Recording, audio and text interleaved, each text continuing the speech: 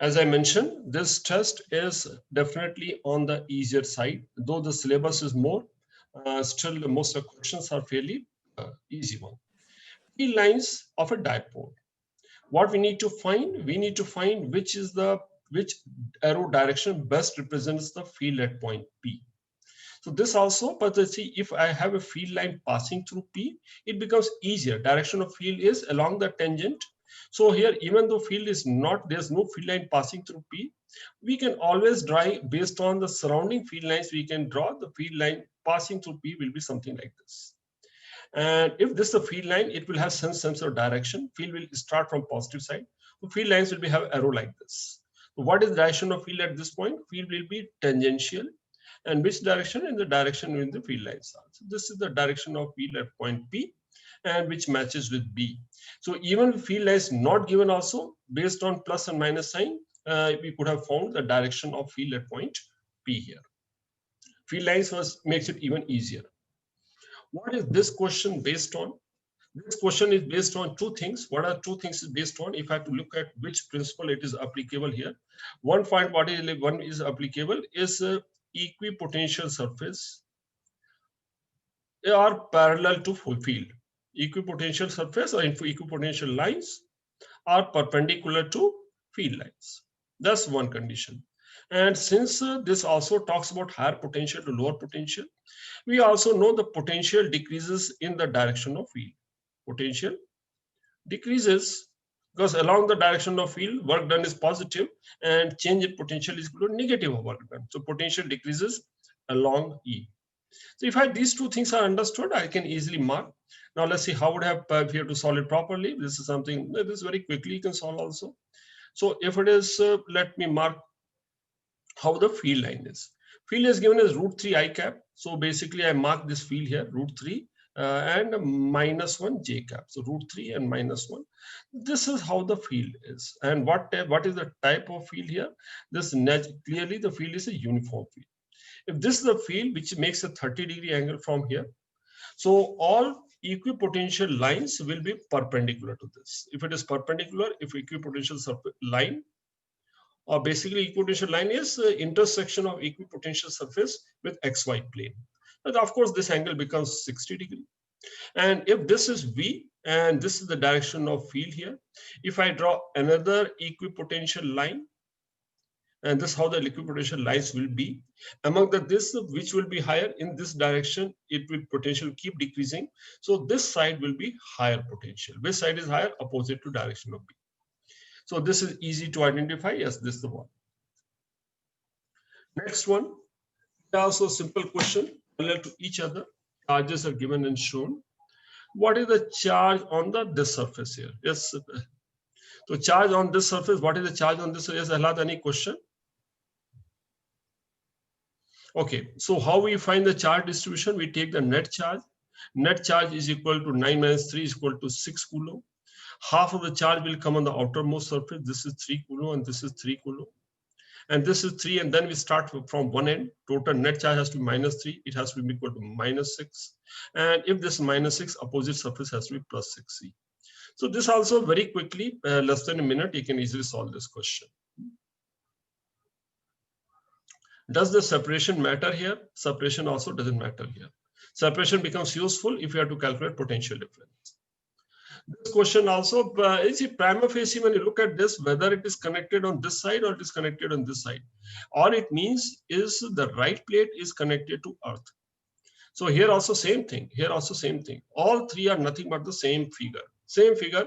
There's no difference at all in any of these three. And all cases will form a capacitor. We have done something, all of the above. Actually, no thought. Very simple question. Coming to this question, parallel plate capacitor has 2 layers of dielectric. So, and how's the plates here? The plates are here.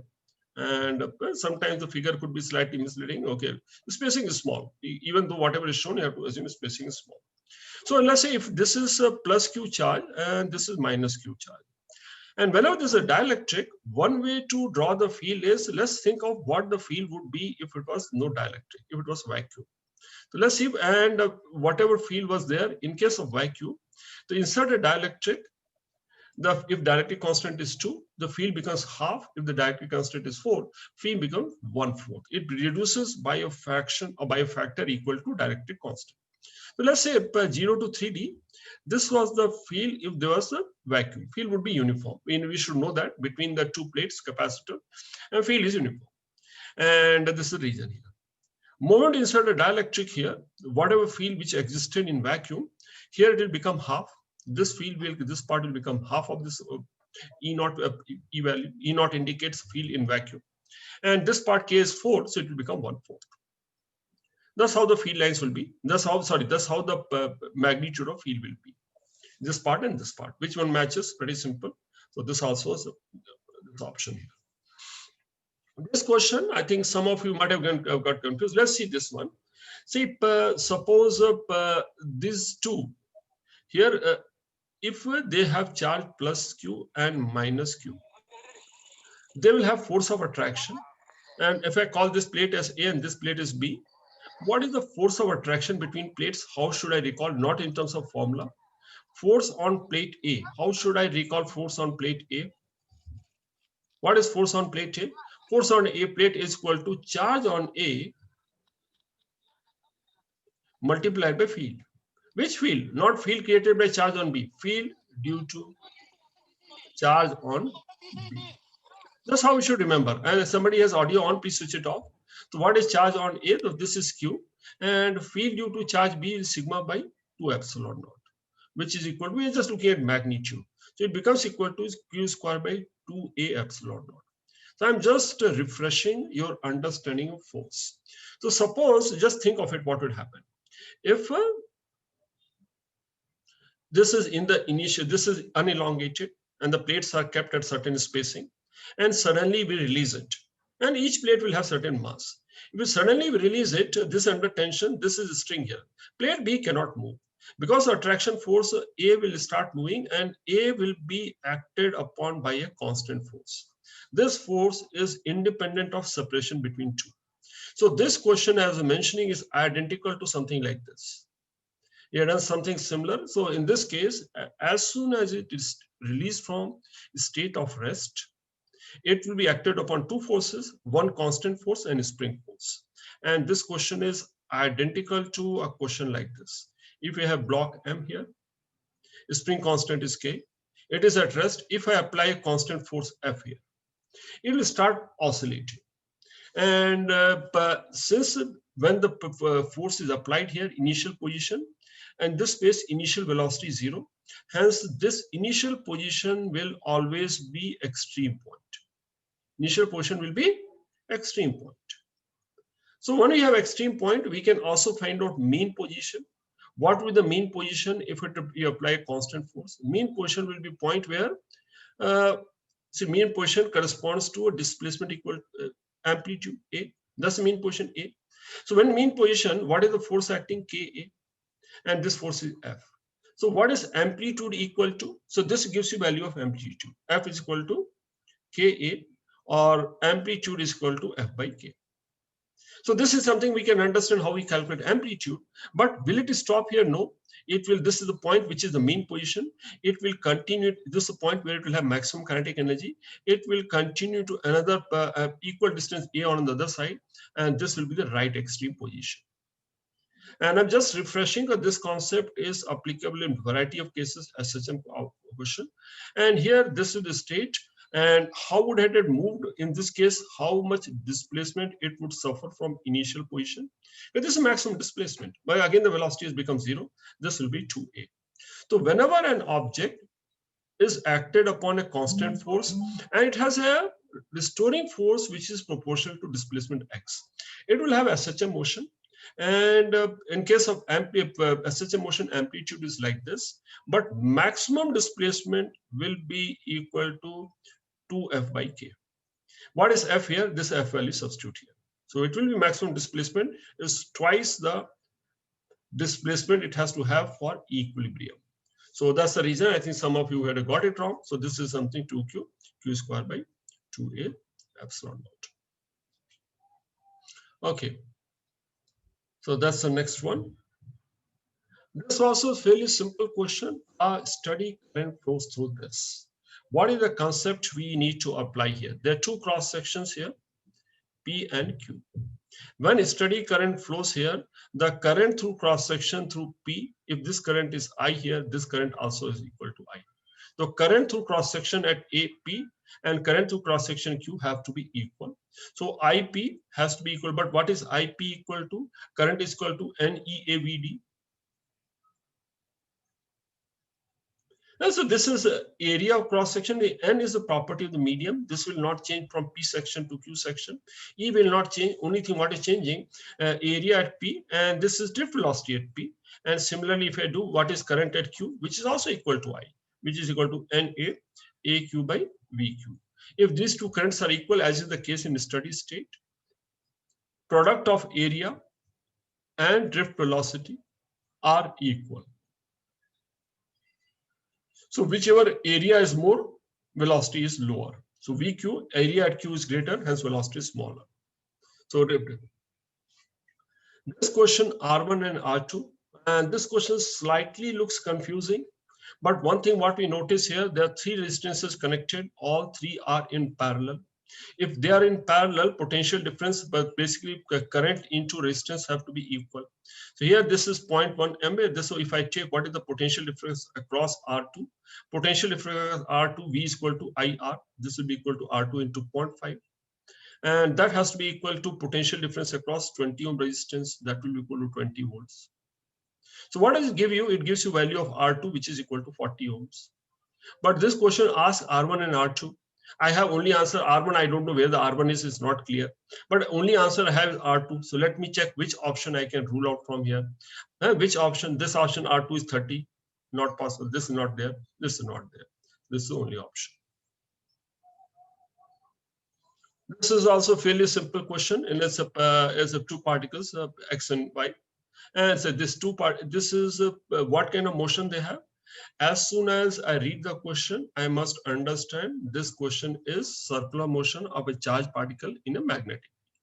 This question is circular motion of charged particle in magnetic field. That's all. And once I identify, that becomes simple charged particle in magnetic field. And what is the direction of magnetic field? The magnetic field is into the plane of paper. If it into the plane, if a charged particle, if it is given a velocity v like this, and if it is positive charge, very easily can calculate v cross b. And if it is positive charge, the force will act in this direction. So positive charge will bend upwards and negative charge will bend downwards. Since both of them are bending upwards, both are positive charge. So what you understand from here, first we are both particles y and z carry positive charge. So this question is this, first of all, this is correct. And what about other one? We don't have to check, but anyway, let's check that out. What else is given? Or other is given, both are circular. Radius y of track is being half of the z track.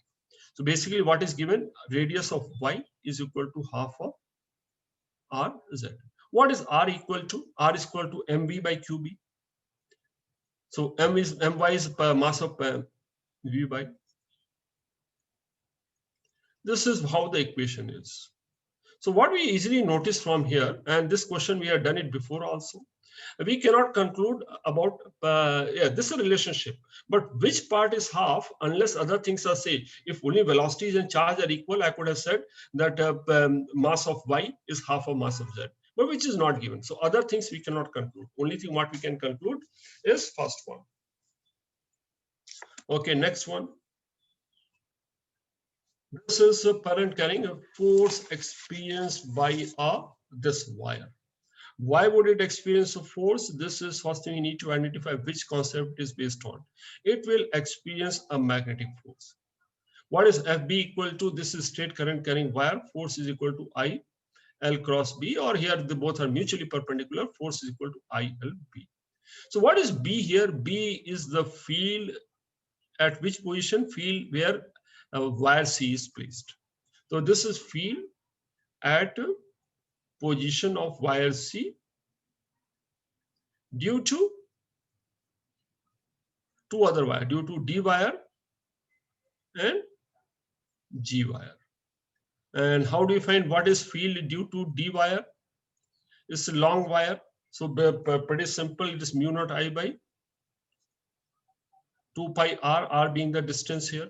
So we'll notice mu naught by 2 pi is common, mu naught by 2 pi, and that will be equal to id divided by distance from the d wire. This is distance is 3 by 3 into 100. And similarly, which direction this field will be? Field will be into the plane of paper. And similarly, we calculate BG. BG also will be equal to mu naught by 4 pi. And IG divided by distance is how much? If this IG is equal to 20, and we can substitute also this is 30 and this is 20. And this distance is 10 by 100. And which direction is that is? This direction, if you use right hand thumb rule, this is dot.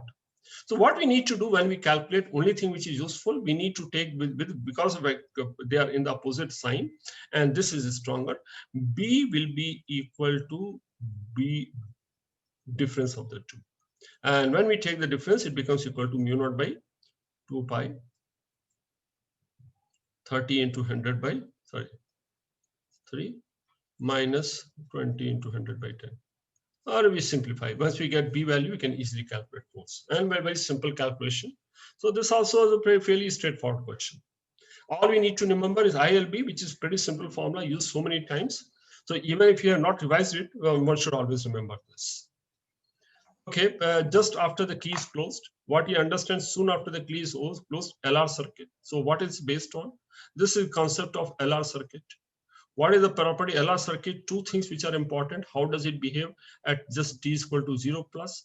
And how does it behave as t tends to infinity? At t tends to infinity, it becomes like it says zero resistance. It offers zero resistance. And at this case, it offers infinite resistance. And since it has infinite resistance, I is equal to 0. So soon after key is pressed here, current is equal to 0. Current in the circuit is 0. If current is 0, potential difference across resistance is equal to IR. Since the current is 0, VR also is equal to 0. Potential drop resistance also is 0. But E has to be sum of potential drop across the inductor and resistor.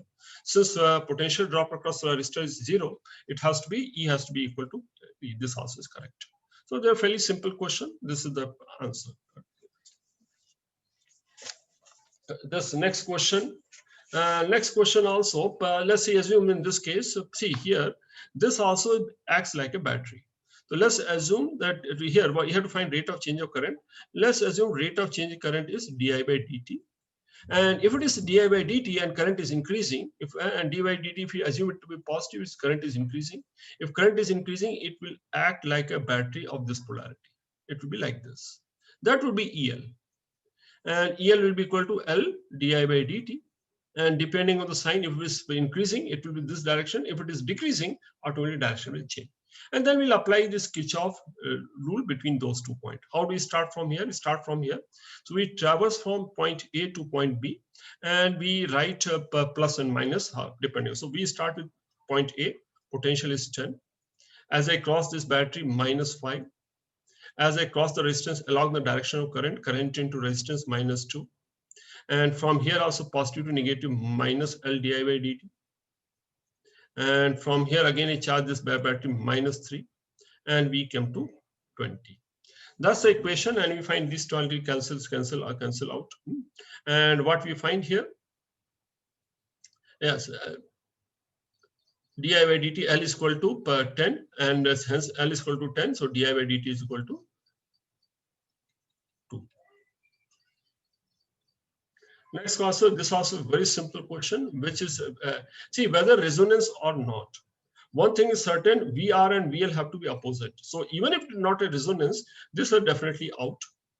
And this doesn't make sense. Here also not properly done. What has to happen? Not only they have to opposite, the length of the arrow should be equal. Where do we find VR is equal to C, VL is equal to VC? Where are the phasor lengths equal? This is the one where they're equal and opposite. Power dissipated in AC circuit. When VI is given, what is the power equal to? Power, two ways we should remember power. What is power equal to? Power is equal to heat dissipated in a resistor, which is I RMS square into R. That's one way. Or second is we can calculate power using power factor. What is power factor? Normally power is equal to VI, V RMS, I RMS. But in case of AC circuit, it also depends on phase difference. This is power. This is how we should remember VI. And now let's put this values, pretty simple. So per 100, V is 100 by root 2 RMS value. This is 100 milliampere divided by root 2. And this is cos 60. And easily get your answer, which comes to 2.5 volts. So this also is anybody who just remembers, and I don't think this is much of a formula. This is very common sense, very easily you can arrive at. Quality factor. What is Q equal to quality factor? With this quality factor, how do you recall quality factor? Quality factor defines the sharpness of resonance, how sharp the tuning is. Higher the Q value, better the tuning is. And what is quality factor? How we should remember? Omega naught L by. So omega naught is 1 by T, and this term is L by R is the time. This has dimension of time, and this is dimension of 1 by time. So that's why one way to check that what formula we remember is correct or not. This is a dimensionless term. So L by R dimension is T, omega is 1 by T. So and that's the formula. And omega naught can be written as, since all three values are given, LR, so omega naught can be written as 1 by LC root L by R, or it can be written as 1 by R root L by C. And you substitute the value, you get your answer. This is a pretty simple question. This was a fairly decent question. And what I noticed here, this is something what we need to calculate. Three sources are connected in series. So it's superposition of three. And we have seen in any RMS value, I think some of you might recall, what will be the resultant RMS value? The square of resultant RMS value will be equal to V1 RMS square. So each one, if we take RMS value and square it, the sum of RMS value square, RMS squares of all currents or all voltages, which are varying as a sine function, will be equal to resultant RMS square. Okay, so this is V2 RMS square and V3, if there are three of them. Let's see, do we know the RMS value here? Anything varying a sine function is RMS square value is V0 by 2. So this will be equal to V0 by 2. RMS square, and this also will be, it doesn't matter, this also is V0 by 2. And this is constant, this is DC, hence RMS value is equal to, sorry, I'm writing V square by 2, and this will be equal to V0 square. So what do we get here? 2 V0 square is equal to VRMS square here, which is root 2 V0. So VRMS is equal to root 2 V0, and hence the current value is, this is the value of current. Next question.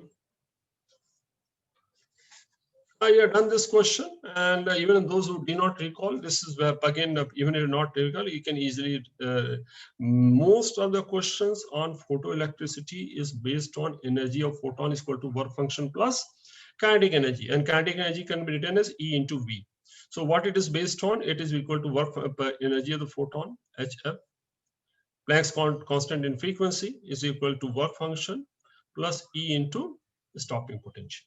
This one, what is plotted in the y-axis, I can write as y here, and what is x, frequency on the x-axis. So it is equal to hx is equal to 5 plus ey. So what I notice from here, what is the slope equal to in this case? Y is equal to mx, slope is equal to h by e. So what is Planck's constant? Planck's constant is equal to m into e, slope into e. Product of the line of charge and the charge of the electron. Okay, stopping potential. This question is a done question, but done in the class as well. I think exactly similar thing. Even if you don't recall, also let's quickly go through. Eliminated again per photoelectricity. Here it is related to stopping potential is given, wavelength is given, and we need to find the threshold wavelength. So we'll write all the terms in terms of wavelength. This question involves all wavelength.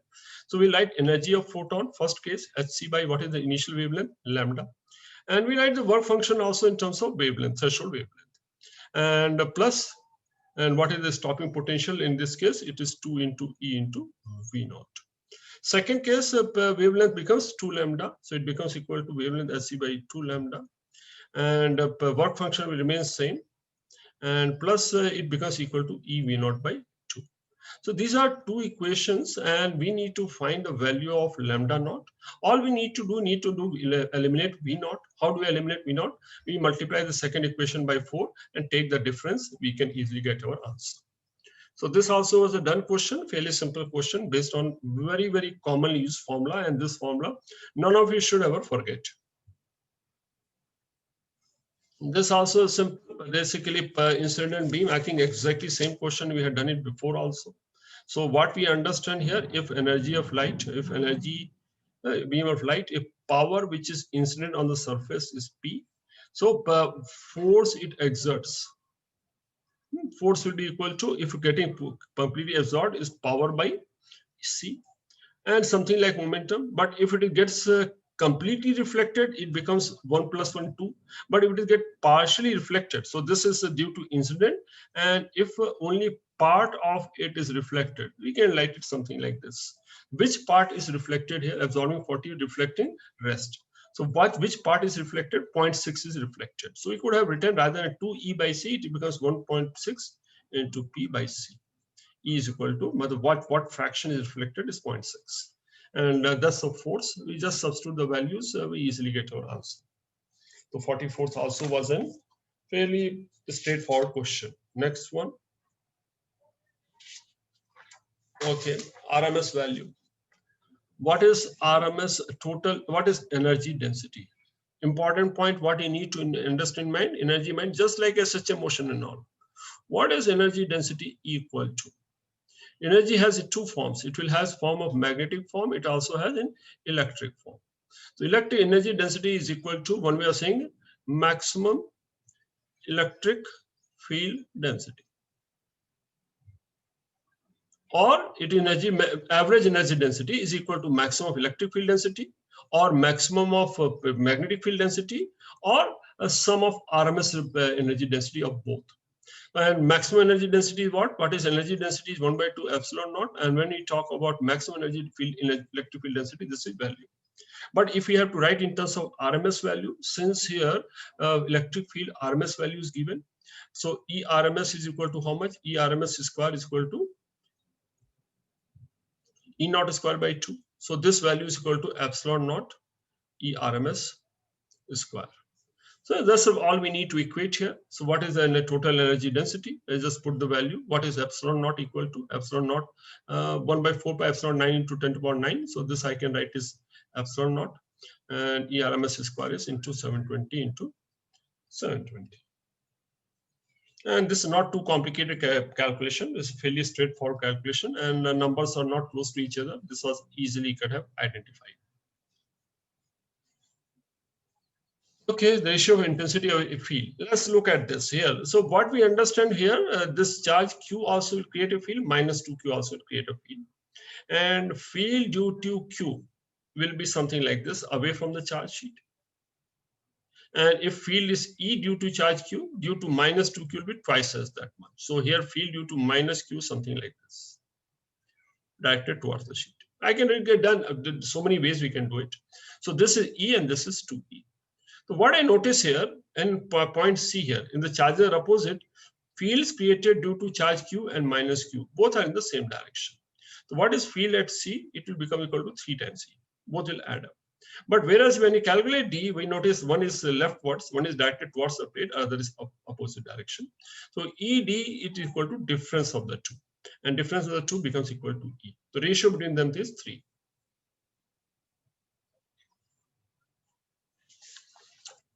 Plate capacitor, and how do we solve such question? This point is like, okay, we can convert into equivalent circuit with 3 capacitors.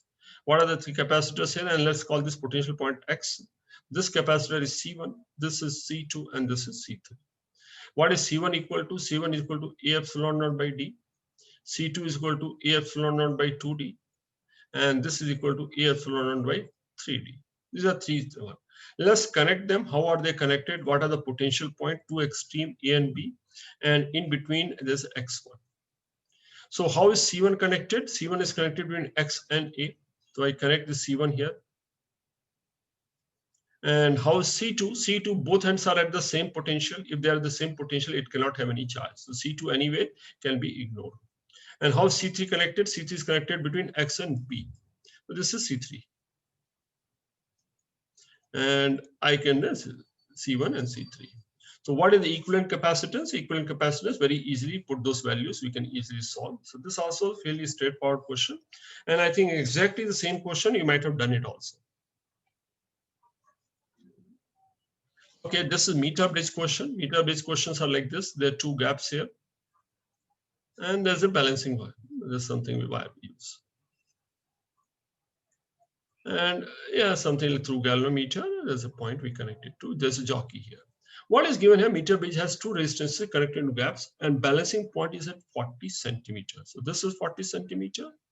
And of course, this has to be 60 centimeter. And 1 amp, okay. And so basically, if I take this resistance as X, X by Y has to be equal to 4 by 6, or basically Y has to be 1.5 times X. So one resistance is X, other is 1.5X based on this information. Then what is given if resistance 10 ohm is connected in series with a smaller resistor? So here we connect one more resistance in series. So what will the new circuit become like?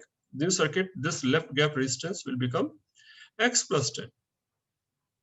And right hand side remains 1.5X. And what is given? Balancing point shifts by, see, since this resistance is increasing, shift could be towards left, a shift could be towards right. Here, since the resistance is connected in series, as the resistance increases, the balancing length also will increase. So balancing length will shift towards right, and it shifts by 20. Balance by shifts by 20 centimeters. So it has shifted to where? It has shifted to 0.20 centimeter. Now this has become 60 centimeter, and this has become 40 centimeter. Now pretty simple. We write this value X plus 10 divided by 60 is equal to 1.5X divided by 40. You get the value of X. And final answer, what we need to find? We have to find the value of a larger resistance. We have to find the value of 1.5X from this equation. And these two come equal to, this also is fairly straightforward question. And yeah, 8 and 12. No, this comes to 8 and 12. So 12 is answer. It's also simple application of photoelectric effect experiment. Radiation reduced to 1/3, kinetic energy photo becomes n times the threshold wavelength. Here also all wavelength, similar to previous question, we'll write the equation in terms of wavelengths here. So initial condition hc by lambda is energy of the photon is equal to hc by lambda naught plus k, kinetic energy. Wavelength this is a condition.